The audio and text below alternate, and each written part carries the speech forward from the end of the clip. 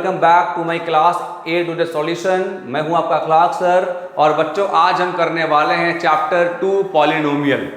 Right, polynomial chapter जो हमारा है ना, आप लोगों ने ये चैप्टर पहले भी किया है क्लास 9 के अंदर में। क्लास 9 के अंदर में आप लोगों मेरे ख्याल से चैप्टर 2 ही था ना, ये सेकंड चैप्टर था, ठीक है ना।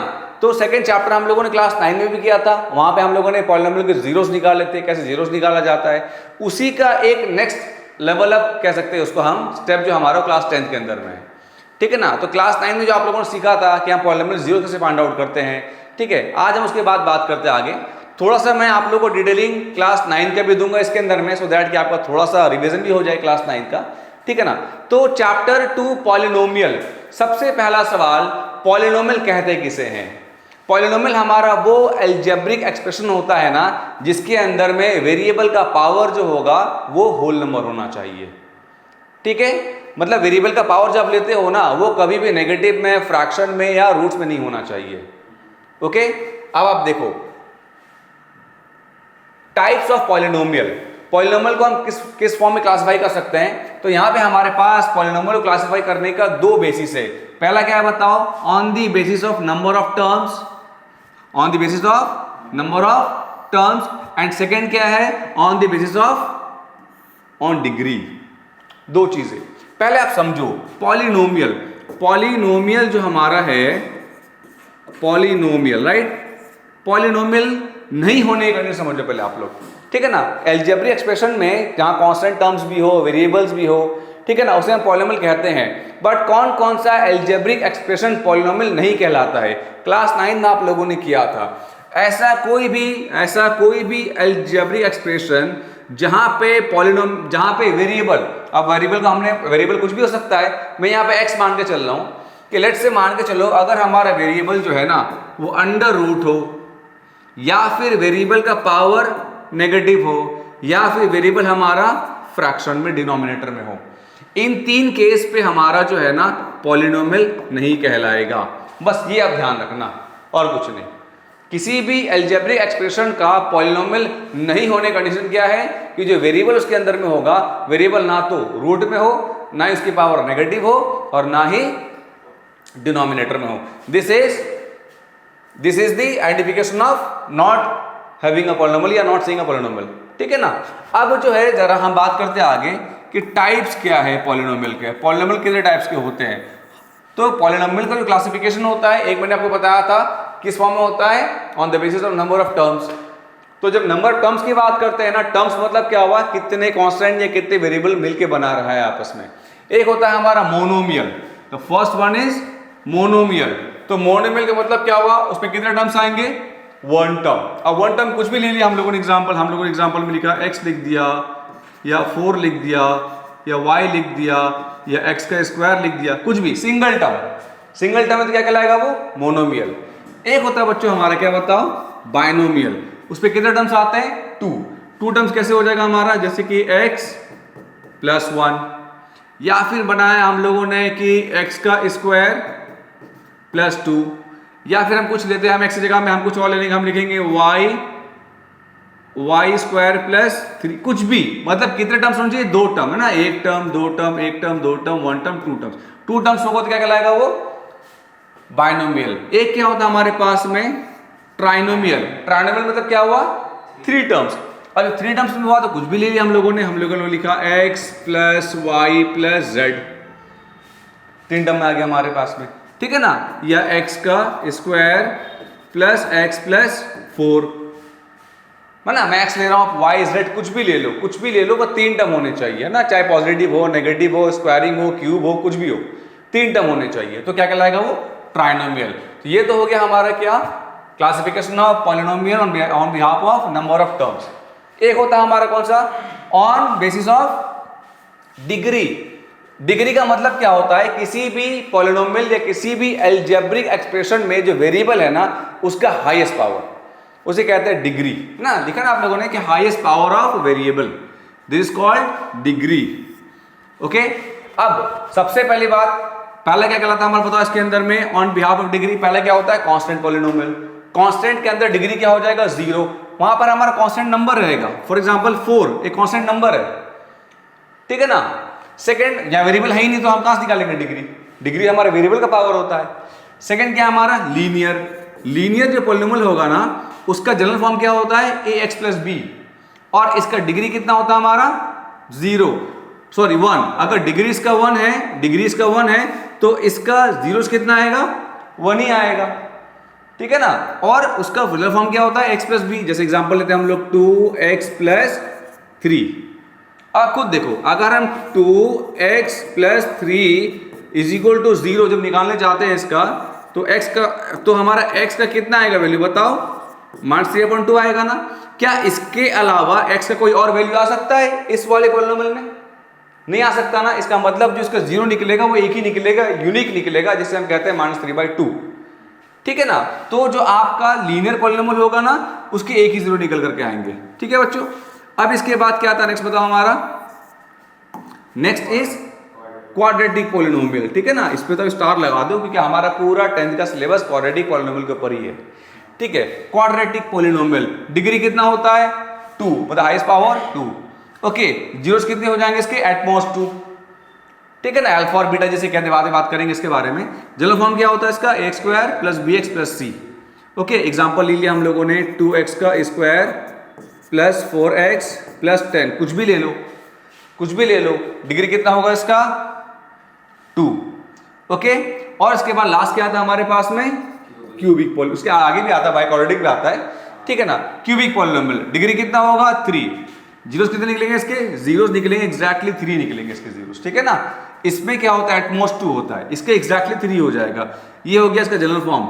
एग्जांपल डाल दो, 2x cube minus 3x square plus 4x plus 5, कुछ भी डाल दिया हम लोगों ने। यहां पे इसका कांस्टेंट टर्म क्या बना, c बना था 10, इसका कांस्टेंट टर्म क्या बन रहा है, d बन रहा है प्लस 5, इसका कांस्टेंट टर्म क्या बना था, b कितना था हमारा 3 था, ये अपने आप में कांस्टेंट है 4, ठीक है ना। तो ये हो गया हमारा classification of polynomial on basis of terms, on basis of degree. Main हमें जो इस चैप्टर के अंदर करना है ना, हमको जो मेन करना है वो क्वाड्रेटिक पॉलिनोमियल के बारे में ही करना है। आगे हम पूरा का पूरा क्वेश्चन जो है ना वो क्वाड्रेटिक पॉलिनोमियल पर ही करेंगे, ठीक है ना। इसका जनरल फॉर्म क्या होता है, x² plus bx plus c, okay. अब ये तो हो गया हमारा पॉलिनोमियल का, किसे कहते हैं, किस किस केस में आपका एल्जेब्रिक एक्सप्रेशन पॉलिनोमियल नहीं बनेगा, वो क्लियर हो गया। एंड देन आफ्टर दैट हमारा क्लासिफिकेशन ऑफ पॉलिनोमियल, ठीक है। अब आते हैं हम लोग सीधा एक्सरसाइज के अंदर में। एक्सरसाइज के अंदर हम देखते हैं कि पॉलिनोमियल को हम कैसे जीरो फाइंड करते हैं, ठीक है बच्चों। तो ये हो गया हमारा एक्सरसाइज 2.1। क्या लिखा है इसमें कि graph shows y is equal to px, graph क्या शो कर रहा है, y is equal to px, are given the figure for some values polynomial px, find the number of zeros ऑफ px इन ईच केसेस, ठीक है ना। आपको number zeros निकालना ग्राफ के थ्रू। आप कुछ मत करो, सिंपल है, ये हमारे पास में ग्राफ है, ये हमारा x एक्सिस है, ये हमारा y एक्सिस है, ये जो हमारा स्लोप बन रहा है। अब बस चेक करो स्लोप जो हमारा है ना वो x एक्सिस को कितने पॉइंट पे इंटरसेक्ट कर रहा है या टच कर रहा है। जितने पॉइंट पे कट करेगा या टच करेगा ना उतना ही नंबर जीरोस निकल करके आएंगे, ठीक है ना, x एक्सिस पे। अब आप खुद देखो ये स्लोप हमारा जो है ये x एक्सिस को कहीं पे टच कर रहा है, बताओ जी, नहीं कर रहा है। तो जीरोस क्या हो जाएगा इसका, नंबर जिसके निकल जाएगा इसका 0, नो जीरोस, जीरो निकलेंगे इसके, नो जीरोस, ठीक है। आप यहाँ पे आ जाओ। अब आप यहाँ पे देखोगे तो जो हमारा ग्राफ जो है, जो हमारा स्लोप बन रहा है कर्व, वो x एक्सिस को कहाँ पे टच किया बताओ, इस पॉइंट पे किया, तो कितना जीरो निकल के आएगा बताओ 1। इस वाले ग्राफ पे देखो आप लोग, यहाँ पे कितने पॉइंट टच किया बताओ x को, यहाँ पे किया, यहाँ पे किया, यहाँ पे किया, तो कितने पॉइंट्स हो गए 3, तो नंबर जो कितने हो जाएंगे इसके 3। इसके बाद अगर हम जाते हैं फोर्थ पार्ट में, तो ये क्या शेप बना रहा है, यू शेप, ये एक पर्टिकुलर शेप है, ठीक है ना। किसी भी क्वाड्रेटिक पॉलिनोमियल का जो ग्राफ में शेप बनता है ना वो यू शेप बनता है, इसे कहते हैं पैराबोला। क्या कहते हैं, this shape is called parabola, ध्यान रखना, पैराबोला, यू शेप को, चाहे वो ऊपर बने, ठीक है, डाउनवर्ड बने, अपवर्ड बने, वो पैराबोला कहलाता है। और आप खुद बताओ मुझे कि कितने पॉइंट पे टच कर रहा है, ये कितने पॉइंट टच किया हमारा, एक यहाँ पे किया और एक यहाँ पे किया, तो कितने जीरो देंगे इसके, एग्जैक्टली 2 बन रहे इसके, डिफरेंट रूट्स हो रहे। यहाँ पे खुद देखो आप कितने पॉइंट टच किया हमारा, 1 2 3 4, तो कितना जीरो बन जाएगा इसका, 4, यहाँ पे कितने पे क्या 1 2 3, नंबर जीरोस कितना हो जाएगा इसका? बस यही चेक करना है। अगर आपको बोला जाए ना कि find the zeros of P x, तो आप चेक करोगे एक्स एक्सिस पे कितने पॉइंट पे हमारा वो कर्व जो है ना वो टच कर रहा है या कट कर रहा है, उतने नंबर और जीरोस निकल करके आएंगे। ये क्लियर है? हाँ, इसके बाद थोड़ा सा समझ लो ये वाला। इस पे क्या होता है कि क्वाड्रेटिक इक्वेशन के अंदर में लेट से मान लो हमारे पास एक्स एक्सिस है, वाई एक्सिस है। अब क्वाड्रेटिक इक्वेशन के अंदर जो हमारा शेप बनता है ना ग्राफ का, क्या बनता है? U shape. चाहे तो ऐसा बनेगा, ठीक है, या फिर कैसे बनेगा वो, लाइक ऐसा बनेगा। अगर ये यू शेप जो है एक्स एक्सिस को टच नहीं कर रहा किसी पॉइंट में, तो जीरो कहलाएगा ही नहीं। क्या कहलाएगा इसका? No zeros. चाहे यहां पे हो चाहे यहां पर भी हो, सेम आपका रहेगा, ठीक है। इवन अगर ये यू शेप हमारा नीचे बनेगा ना तब भी, ठीक है। और अगर यही हमारा जो है पैराबोला जो है, अगर वो पैराबोला आपके सिंगल पॉइंट टच कर रहा है तो जीरोस कितना बनेगा इसका? सिंपल वही, जितना पॉइंट टच कर रहा है हमारा 1 है ना, 1 जीरोस कहलाएगा। और अगर यही पैराबोला हमारा लाइक ऐसे हुआ, जैसे इस शेप में था हमारे पास में, इस शेप में था, तो कितने पॉइंट टच किया हमारा? एक यहाँ पे किया और एक यहाँ पे किया, 2 पॉइंट पे। कहां से क्या बन जाएगा इसका? 2 जीरोस। बस मैं आपको ये बताना चाहता कि पर्टिकुलर ये यू शेप जो हमारा होता है ना, इसे हम पैराबोला कहते हैं, ठीक है। क्वाड्रेटिक इक्वेशन के अंदर में ग्राफ के अंदर शेप जो बनता है वो पैराबोला का शेप में बनता है, ठीक है। ओके, तो ये हो गया हमारा ग्राफिकली प्रेजेंटेशन, कैसे निकालते हैं इसके अंदर में। अब थोड़ा सा हम बात करते हैं आगे क्वाड्रेटिक पॉलिनोमियल के बारे में, ठीक है जी, ठीक है।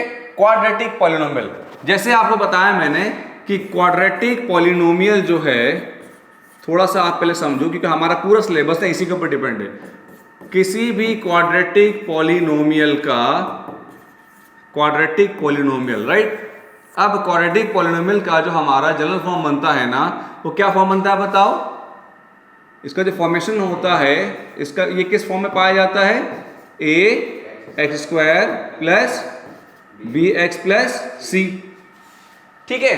यहां पे a क्या हो गया? a is the coefficient of x², b क्या हो गया? b is the coefficient of x, and c क्या हो गया? c is the constant term. Constant मतलब ओनली नंबर। जैसे एग्जांपल के तौर पे मैं यहां लिखता हूं 4x² plus 5x plus 3, for example कुछ भी। तो अब यहां पे a कितना हो जाएगा हमारा? 4, b कितना हमारा? c कितना है हमारा? कांस्टेंट टर्म हो गया हमारा, क्लियर है। अब ध्यान क्या रखना है कि अगर हम किसी भी क्वाड्रेटिक पॉलिनोमियल को फैक्टराइज करते हैं और इसके नंबर ऑफ जीरोस निकालते हैं, ठीक है ना, तो इसके जो नंबर ऑफ जीरोस आएंगे ना, नंबर ऑफ जो जीरोस आएंगे उसे हम क्या कहते हैं बताओ? क्या कहते हैं बताओ? नाम क्या होता है उसका? एक को हम मानते हैं अल्फा, सेकंड को क्या मानते हैं हम? बीटा, ठीक है। ये इनके जीरोस है, अल्फा और बीटा। 2 जीरोस निकल के आएगा, एक को अल्फा लेट कर लो, एक को बीटा लेट कर लो, किसी को भी लेट कर सकते हो अल्फा बीटा, उसका मैटर नहीं करता। अब साथ में क्या है, इसके साथ में किसी भी क्वाड्रेटिक पॉलिनोमियल के अंदर में ये क्या निकला हमारा बताओ? नंबर ऑफ जीरोस, और एबीसी क्या है हमारा? कोफिशिएंट है, ठीक है ना। तो यहां पे क्या है? एक रिलेशन है। अब ध्यान रखना, किसी भी क्वाड्रेटिक पॉलिनोमियल के अंदर में relation between zeros and coefficient, है ना, ठीक है। Relation between zeros and coefficient, इसमें क्या होता है रिलेशन? इसके बीच का जो हमारा रिलेशन होता है ना, वो क्या होता है? ध्यान रखना कि sum of zeros is equal to क्या बनता है बताओ? इस ए बी सी के अगर साथ में करते कंपेयर तो क्या बनेगा? माइनस बी अपॉन ए, ठीक है, माइनस बी अपॉन ए। मतलब क्या हुआ कि minus bracket coefficient of x upon में कोफिशिएंट ऑफ x²। समझे मेरी बात? ये b क्या है? b is the coefficient of x है ना, तो क्या लिखोगे उसको कि minus bracket coefficient of x upon coefficient of x²। और सम ऑफ जीरोस, अब हमने जीरोस किसको लेट किया है बताओ? हम लेट किया अल्फा और बीटा, तो क्या बना हमारा? सिंबॉलिकली क्या बनेगा? Alpha plus beta is equal to minus B upon a. This is the relation number 1 between zeros and the coefficient. पहला याद रखना अच्छे तरीके से। सेकंड क्या होता है हमारा बताओ? सेकंड हमारा होता है प्रोडक्ट ऑफ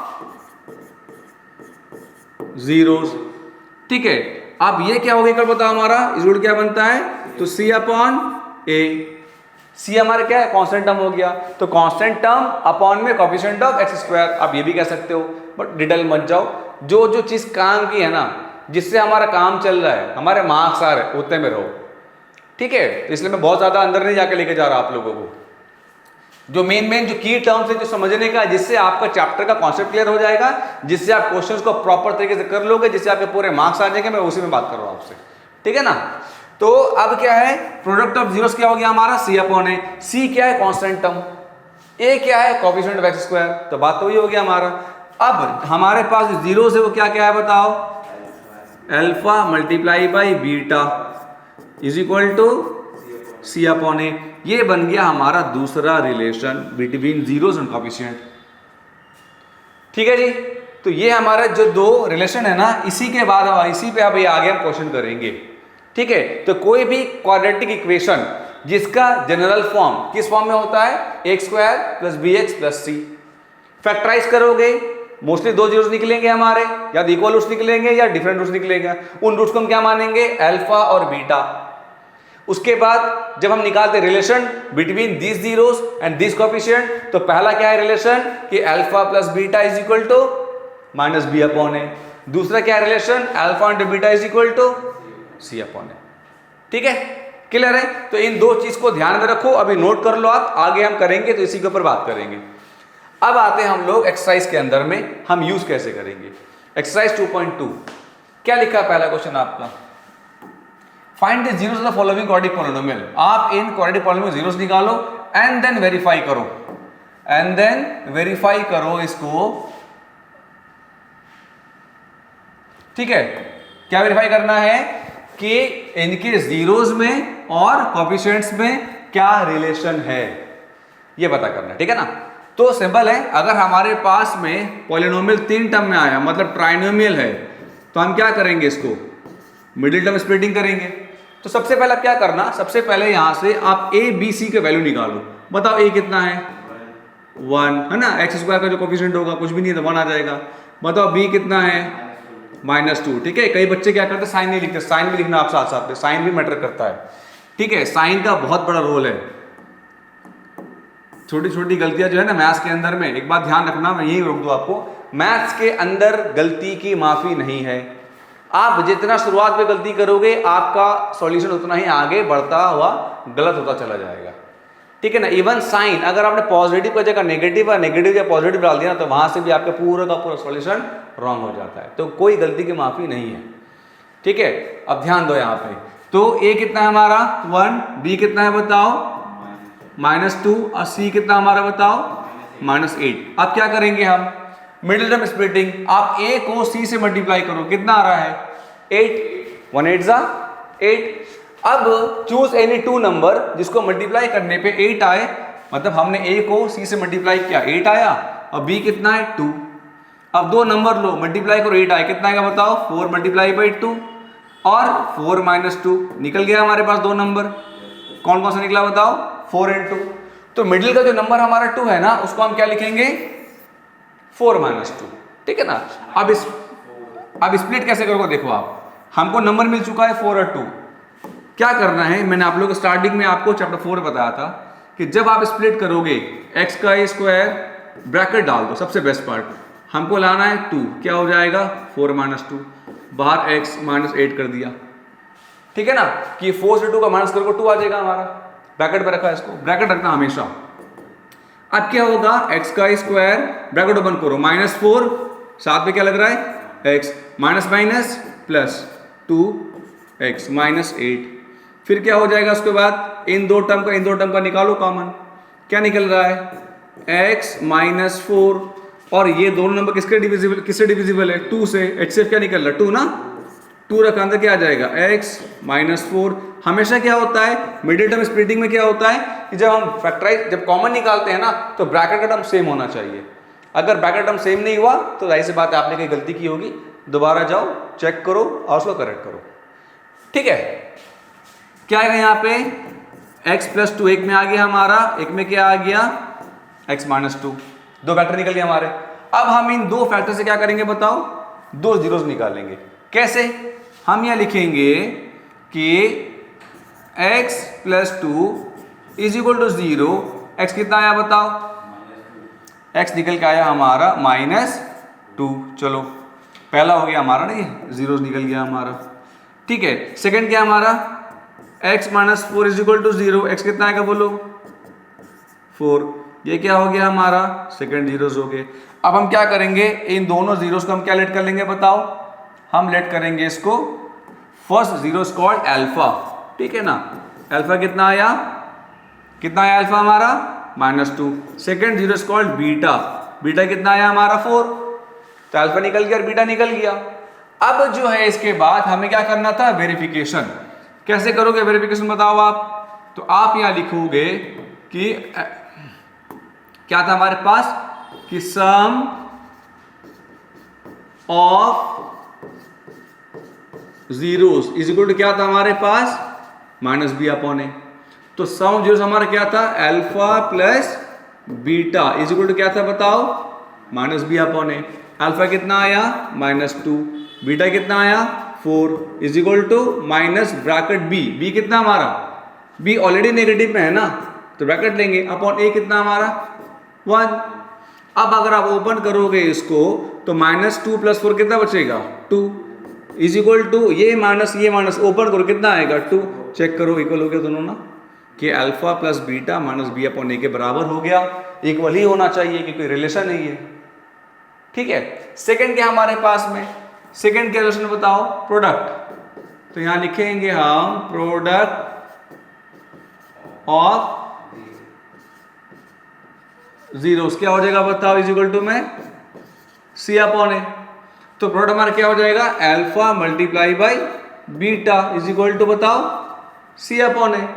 तो अल्फा कितना हमारे पास में, अल्फा कितना हमारा, अल्फा वाज -2 लिया हम लोगों ने, बीटा कितना हमारा 4 इज इक्वल c कितना है -8 अपॉन a कितना है 1। अब आप करो क्रॉस 4 2 से कितना होता है 8 और यहां से कितना आएगा 8। चेक करो इक्वल आया, इक्वल आया दोनों। ठीक है ना, तो alpha plus beta -b upon a के बराबर हो गया और alpha into beta c upon a के बराबर हो गया। तो जब आप वेरीफाई करोगे तो दोनों इक्वल ही आना चाहिए। क्लियर है, तो ये हो गया हमारा पार्ट 1। अब बच्चों देखो पार्ट 2 कैसे करेंगे हम लोग, चलो पार्ट 2 कैसे करेंगे देखो। तो पार्ट 2 करने के लिए हम क्या करेंगे, चलो स्टार्ट करते हैं पार्ट 2। पार्ट 2 देखो आप लोग क्या लिखा हुआ है, सेम आपका पार्ट 2 में भी क्या है हमारे पास कि एक ट्रायनोमियल दिया हुआ है, 3 टर्म्स में है, तो वहां भी मिड टर्म स्प्लिटिंग होगा। तो जो सेकंड पार्ट हमारे पास है ना, क्या है 4s² - 4s + 1। सबसे पहले क्या करना, ब्रैकेट में पहले a b c की वैल्यू लिख लो। ठीक है ना, a कितना है बताओ, a कितना है 4, b कितना है -4 और c कितना है। ठीक है, तो a b c हमारे पास में हो गया। अब जो है सबसे पहले हम a को c से मल्टीप्लाई करते हैं, तो 4 1 4 हो गया, तो दो नंबर लो मल्टीप्लाई करने पे 4 आए और प्लस माइनस करने पे भी 4 आए, तो 2 और 2 ले लेंगे हम। तो सिंपली हम क्या लिखेंगे 4s² ब्रैकेट में 2 + 2 ब्रैकेट क्लोज बार s + 1 ओपन करोगे 4s² - 2s - 2s + 1। अब हम यहां से इन दो में कॉमन निकालेंगे, ये दोनों नंबर 2 से डिविजिबल था, दोनों पे s कॉमन है, अंदर क्या बच जाएगा 2s - 1। जब इसमें कुछ भी कॉमन नहीं है तो माइनस के निकालेंगे बाहर 1, अंदर में क्या आ जाएगा होल टर्म आ जाएगा हमारा, और ये माइनस में है प्लस में है तो माइनस प्लस माइनस ये भी कितना हो जाएगा 1। तो आप खुद देखोगे कि हमारे पास ये क्या हो गया हमारा सेम है, एक में क्या आएगा 2s - 1 और इसके बाहर कौन है 2s, इसके बाहर कौन है -1, तो ये भी क्या आ गया 2s - 1। अब हम क्या करेंगे, इन दोनों फैक्टर में से हम क्या निकालेंगे दो जीरोस, तो फिर यहां लिखेंगे 2s - 1 is equal to 0, 2s is equal to 1 and s become कितना बोलो 1/2।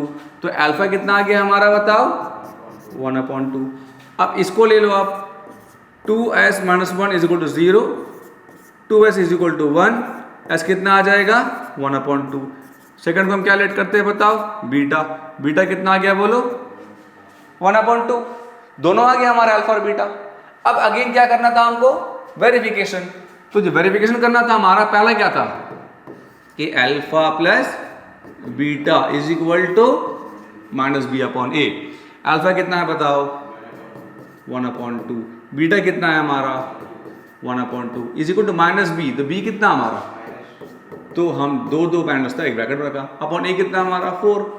अब जब आप सॉल्व करोगे इसका एलसीएम कितना आएगा 2, और उसके बाद यहाँ पर भी कितना हो जाएगा 1 + 1। जब दोनों का डिनोमिनेटर सेम है ना तो दोनों का न्यूमरेटर भी सेम आ जाएगा। ठीक है, इज इक्वल टू में ये हो जाएगा हमारा 4/4। तो ये कितना बना 2/2, ये कितना बना 4/4। फिर क्या हुआ ये कैंसिल 1, ये कैंसिल 1। चेक करो alpha plus beta minus b/a बराबर है, क्लियर है। चलो सेकंड क्या है हमारे पास, लिस्ट बताओ। सेकंड हमारे पास में है कि alpha into beta is equal to c/a। तो alpha was 1/2, beta is 1/2, c कितना हमारा 1, a कितना है 4। ठीक है ना। तो आप सॉल्व करते हैं तो 1 × 1 = 1, 2 × 2 = 2 × 2 = 4, और यहां पर भी कितना आ गया 1/4। चेक करो इक्वल आया ना, इक्वल आया ना। तो सिंपली आप फैक्टराइज करोगे, दो जीरोस निकालोगे, एक को अल्फा लेट करो एक को बीटा लेट करो, then alpha plus beta minus b/a और अल्फा इंटू बीटा c/a। हो गया हमारा सेकंड पार्ट डन है। चलो थर्ड पार्ट क्या देखो इसका, थर्ड पार्ट भी देखते हैं। फिर थर्ड पार्ट में क्या करना है इसका,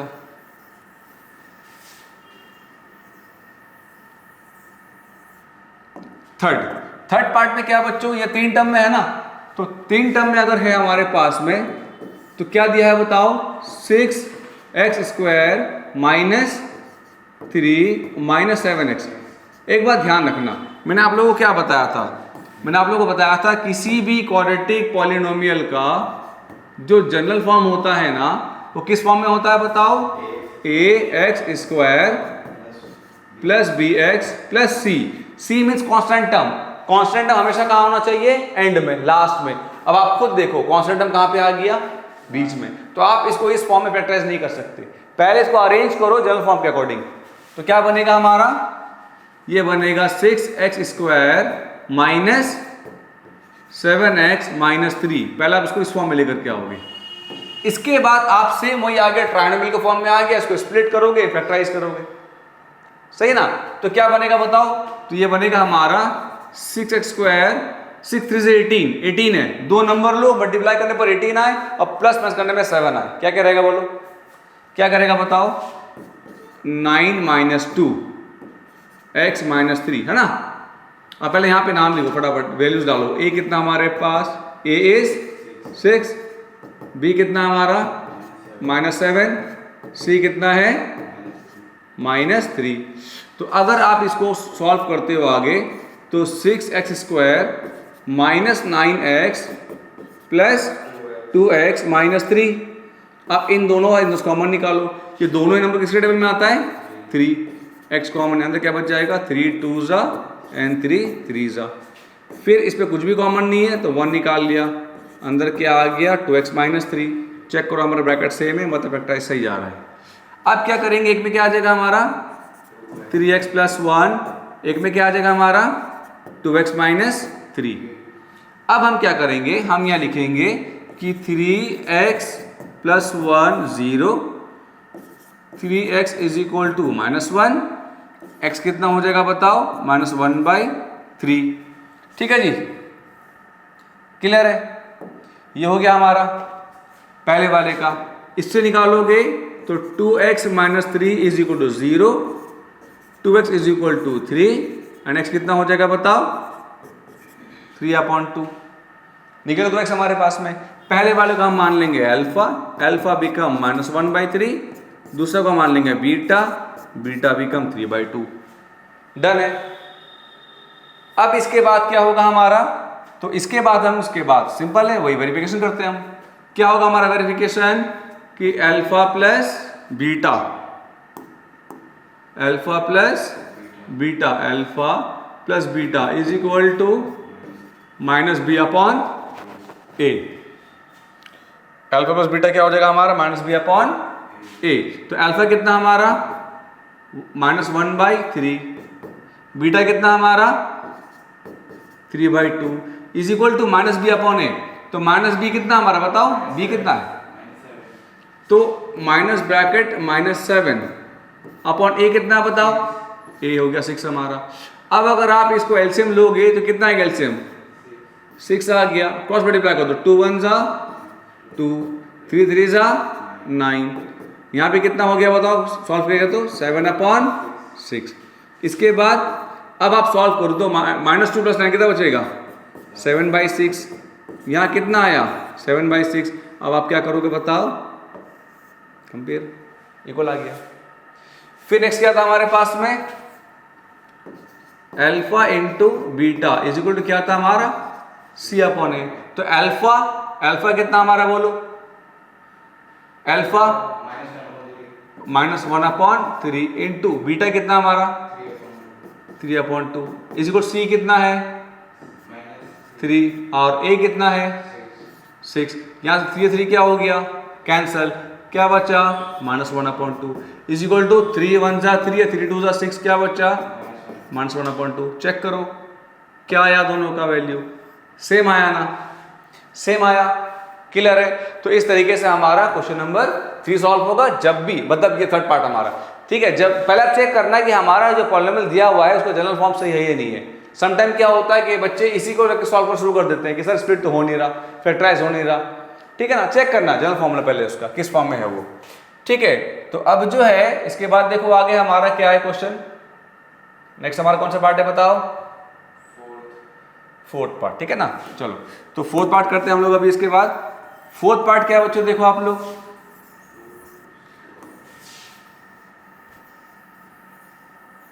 फोर्थ पार्ट क्या है हमारा,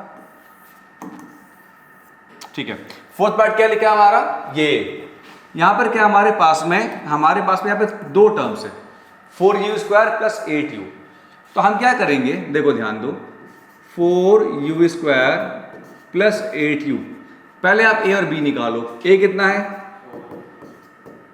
b कितना है 8, ठीक है, दोनों गिवन हमारे पास में। तो अब जो है इसके बाद दोनों में से हम कॉमन क्या निकालेंगे, दोनों में से 4 कॉमन निकल रहा है, दोनों के पास u वेरिएबल भी है। तो अब यहां क्या बचेगा हमारा u + 4 2 जा 8। हमने इसको फैक्टराइज कर दिया, 2 टर्म में था ना, हमने कॉमन निकाल दिया। एक फैक्टर निकला 4u, एक फैक्टर निकला हमारा क्या बताओ u + 2। तो फिर यहां लिखेंगे पहले कि 4u इज इक्वल टू 0, तो u कितना आ जाएगा हमारा 0/4। सो नाउ u बिकम कितना हो जाएगा 0, अल्फा कितना आ गया हमारा 0। सेकेंड फैक्टर क्या हमारे पास u + 2 इज इक्वल टू 0, तो u कितना हो जाएगा -2, ठीक है ना। तो बीटा कितना हो गया हमारे पास बताओ -2, सही है। तो ये हो गया अल्फा और ये हो गया बीटा। अब आप इसको कर दो क्या बताओ, अब आप यहां पे करोगे इसका verification, alpha plus beta minus b/a। तो अल्फा 0 है, बीटा कितना हमारा -2 इज इक्वल टू -b/a। तो -b कितना हमारा 8 और a कितना हमारा a कितना है 4।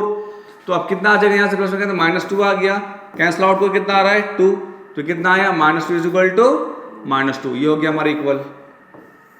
सेकंड क्या हमारे पास में, सेकंड हमारे पास में है कि alpha into beta is equal to c/a। अब मजे की बात क्या है, यहाँ पे c है ही नहीं हमारे पास, है ना। अगर आप देखोगे, चलो मैं ये भी मेंशन कर देता हूँ इसमें कि हमारे पास यहाँ पे c जो है ना 0 है, क्यों है कि कांस्टेंट टर्म ही नहीं है ना। तो अब अल्फा हमारा 0 है, मल्टीप्लाई बीटा कितना निकला था हमारा -2 इज इक्वल टू 0 हो गया c, a कितना हमारा is 4। अब 0 multiply by something 0 and 0 divided by something 0, तो आंसर क्या हो गया हमारा बोथ साइड्स आर 0, ये भी इक्वल हो गया। ठीक है, क्लियर है। अब ये हो गया हमारा कौन सा पार्ट, फोर्थ पार्ट। चलो नेक्स्ट करते हैं अपन लोग फिफ्थ पार्ट। फिफ्थ पार्ट में क्या लिखा है देखो, फिफ्थ पार्ट में क्या लिखा है कि part number 5 T square minus 15, T square minus 15। अब यहां से मुझे बताओ पहले a कितना है 1, b कितना है 0, क्योंकि यहां पे क्योंकि हमारा फॉर्मेट क्या होता है a x square plus B x plus c constant term. तो जो ओनली अगर x नहीं है, जैसे यहाँ पे वेरिएबल टी स्क्वायर था तो बीच में t होना चाहिए था ना, t तो है नहीं, जब t नहीं है तो b क्या हो जाएगा 0, और c क्या है कांस्टेंट टर्म, वो कितना है -15। तो हमने a b c की वैल्यू लिख दी यहाँ पे। अब जो है इसके बाद हमारे पास टर्म है टी स्क्वायर माइनस 15। इससे पहले हमने 4 पार्ट किया था तो हम इसे कॉमन निकाल लिया था। अब ये 2 टर्म में है तो कॉमन निकलेगा। अब कॉमन क्या निकालोगे, कॉमन तो कुछ है ही नहीं। अगर हम 1 कॉमन निकालते उसको कोई बेनिफिट नहीं है। इस केस में हमें इसको फैक्टराइज करना है। तो फैक्टराइज करने के लिए आप लोगों ने क्लास 9 में क्या सीखा था कि अगर कोई नंबर रूट में है, स्क्वायरिंग करते हैं तो क्या हो जाएगा बताओ, रूट कैंसिल। तो रूट 2 का स्क्वायर करो क्या आ जाएगा 2। अगर हमने कोई नंबर रूट में 3 है, स्क्वायरिंग करो कितना आएगा 3। अगर हम रूट 10 को स्क्वायरिंग करते कितना आएगा 10। और अगर हम रूट 15 को स्क्वायरिंग करेंगे कितना आएगा 15। तो मतलब इसको हम इस 15 को हम इस फॉर्म में लिख सकते हैं, रूट के फॉर्म में। अब क्यों लिख सकते हैं बता रहा हूं अभी आपको, पहले हम लिख के बताते हैं। देखो ये हो गया अंडर रूट 15 और इसका क्या हो गया ये स्क्वायर। अब देखो क्या होगा इससे करने से, जाहिर सी बात है अगर आप इसको ओपन करोगे 15 ही आएगा। मतलब क्वेश्चन के अंदर जो वैल्यू है उसको तो हम छेड़छाड़ नहीं कर रहे, वो तो चेंज ही नहीं हो रहा, वो तो उतनी ही रहेगा 15। बट ऐसे करने पर हमको क्या मिल जाता है बताओ, एक आइडेंटिटी कौन सी मिल रही है हमको, ए स्क्वायर माइनस बी स्क्वायर। और ए स्क्वायर माइनस बी स्क्वायर क्या बनता है ए प्लस बी और ए माइनस बी। तो यहां पे ए स्क्वायर क्या बन जाएगा टी का स्क्वायर, बी क्या बन जाएगा अंडर 15 का स्क्वायर। तो यहां पे लगा सकते हैं उसको हम। तो कैसे लगाएंगे देखो आप, हम यहां लिखेंगे ए, लेट्स से ये हमारा ए स्क्वायर हो गया और ये हमारा बी स्क्वायर हो गया। तो क्या बनेगा ए प्लस बी, मतलब टी प्लस अंडर रूट 15। एक में क्या आएगा ए माइनस बी, मतलब टी माइनस अंडर रूट 15। ठीक है जी, क्लियर है। तो मिल गया अपने को 2 फैक्टर, इसीलिए हमने उसको इस फॉर्म में चेंज किया था ताकि हमें फैक्टर निकल के आ जाए हमारे पास में। तो अब हम मुझे बताओ कि ए कितना हो गया हमारा, इससे निकालते हैं अगर हम। चलो मैं काम करता हूँ थोड़ा सा, अच्छा 1 मिनट। हाँ क्या रहेगा t plus under root 15 is equal to 0। तो टी कितना बन जाएगा माइनस अंडर रूट 15। यहाँ पे t minus under root 15 is equal to 0 हो जाएगा। तो टी कितना आ जाएगा प्लस में अंडर रूट 15। तो पहला 0 क्या बन गया अल्फा, अल्फा कितना आया 15। दूसरा 0 क्या बन गया बीटा, बीटा कितना आया 15 आ गया। तो अब क्या करेंगे इसके बाद हम यहाँ लिखेंगे कि alpha plus beta is equal to minus B upon A. तो अल्फा कितना हमारे पास minus under root 15 plus beta कितना हमारे पास is equal to minus B upon A. B कितना अपने पास बताओ 0 और ए कितना हमारे पास, ए कितना है 1। अब ये माइनस 15 प्लस 15 लाइट टर्म से साइन अपोजिट कट गया, क्या बचेगा यहाँ से 0, यहाँ से क्या बचेगा 0। हो गया हमारा एक बार पहला पार्ट डन है, क्लियर है। सेकेंडली क्या हमारे पास बताओ, सेकेंड क्या होता है कि alpha multiply by beta is equal to क्या होगा सी अपॉन ए। तो अल्फा कितना हमारे पास minus under root 15 into beta कितना हमारे पास 15 इज इक्वल टू सी कितना बोलो माइनस 15 अपॉन 1। अब कोई 2 नंबर है मल्टीप्लाई में है रूट्स में है, मल्टीप्लाई करोगे तो रूट क्या हो जाएगा कैंसिल, है ना। तो माइनस रूट 15 है और ये क्या है रूट 15 है, तो कहीं ना कहीं क्या बन जाएगा हमारा माइनस ब्रैकेट अंडर रूट 15 का स्क्वायर इज इक्वल टू ये। अब स्क्वायर कट जाएगा, हमारा क्या बचेगा -15 इज इक्वल टू -15। ये बन गया हमारा सेकंड वेरिफिकेशन। ओके बच्चों, क्लियर है? ठीक है ना। 3 टर्म में हुआ तो मिड टर्म स्प्लिटिंग किया, 2 टर्म में हुआ तो कॉमन निकाला, पहले कॉमन नहीं निकला तो आप इसको इस फॉर्मेट पर रख के कोई सा भी नंबर आए आप सॉल्व कर सकते हो। ठीक है, ट्राई करना। जैसे x² - 3 है ना, तो 3 को आप ले लोगे √3 का होल स्क्वायर तो बन जाएगा हमारा x + √3 x - √3। सॉल्व कर लेना उसको, ट्राई करना आप लोग। ठीक है, लास्ट पार्ट हमारा कौन सा है बताओ? 6 पार्ट। तो लास्ट पार्ट हमारा 6 पार्ट हमारा है सेम वही है, 3 टर्म में है, मिड टर्म स्प्लिटिंग है। मिड टर्म स्प्लिटिंग करो, फैक्टराइज करो, जीरोस निकालो। First zero become alpha, second become beta, then alpha plus beta minus B upon A और alpha into beta C upon A करके वेरीफाई करना। ठीक है, तो इस वीडियो में, इस लेक्चर में यही तक करते हैं। नेक्स्ट वीडियो में, नेक्स्ट लेक्चर में हम उसका नेक्स्ट पार्ट करेंगे, क्वेश्चन नंबर 2, और वहां पे मैं इसका आगे का टॉपिक बताऊंगा कि हम पॉलीमॉर्फल फॉर्म कैसे करते हैं। तब तक के लिए कीप ऑन प्रैक्टिसिंग। मिलते हैं नेक्स्ट क्लास में विद न्यू क्वेश्चन।